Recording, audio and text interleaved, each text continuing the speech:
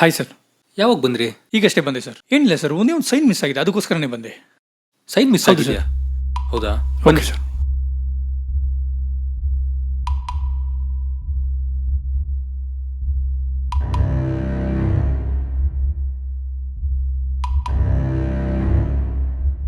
ಬನ್ನಿ ಸರ್.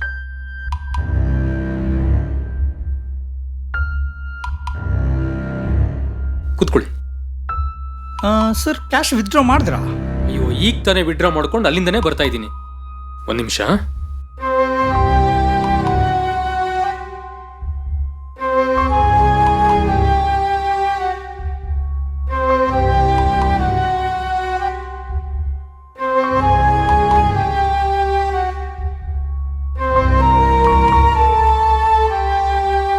ಹಾ, ಸೈನ್ ಮಾಡಬೇಕು ಅಂದ್ರಲ್ಲ?